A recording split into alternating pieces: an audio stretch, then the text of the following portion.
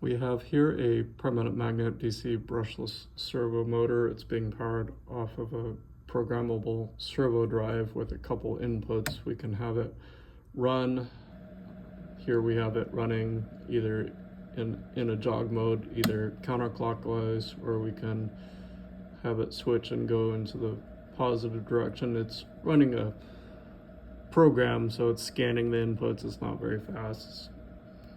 It's a demo for kids, so it's inherently safe. So the speeds are pretty low and the torque is quite limited.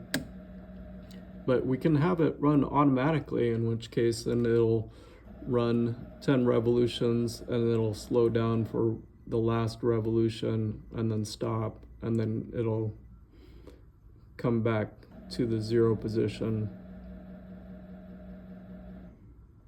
And then we can also have it run high speed. Servo motors can do much higher speeds than stepper motors. And you'll also notice that it's a lot quieter.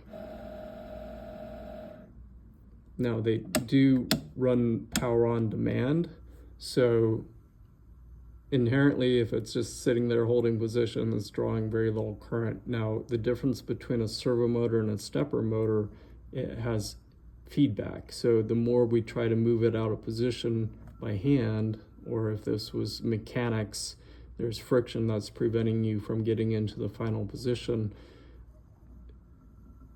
The motor will see that position error and correct for it. So it's a true closed loop system, so it's much higher accuracy.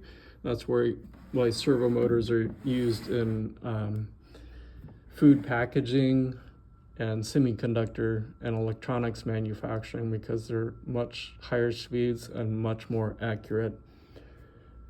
But with the servo motor, the electronics are a lot more complicated than what we saw on the stepper motor. The encoder not only has the encoder feedback, but there's also commutating Hall sensors that tell the electronics where the rotor is on power up, so we know where to put the current into the 3 different phases.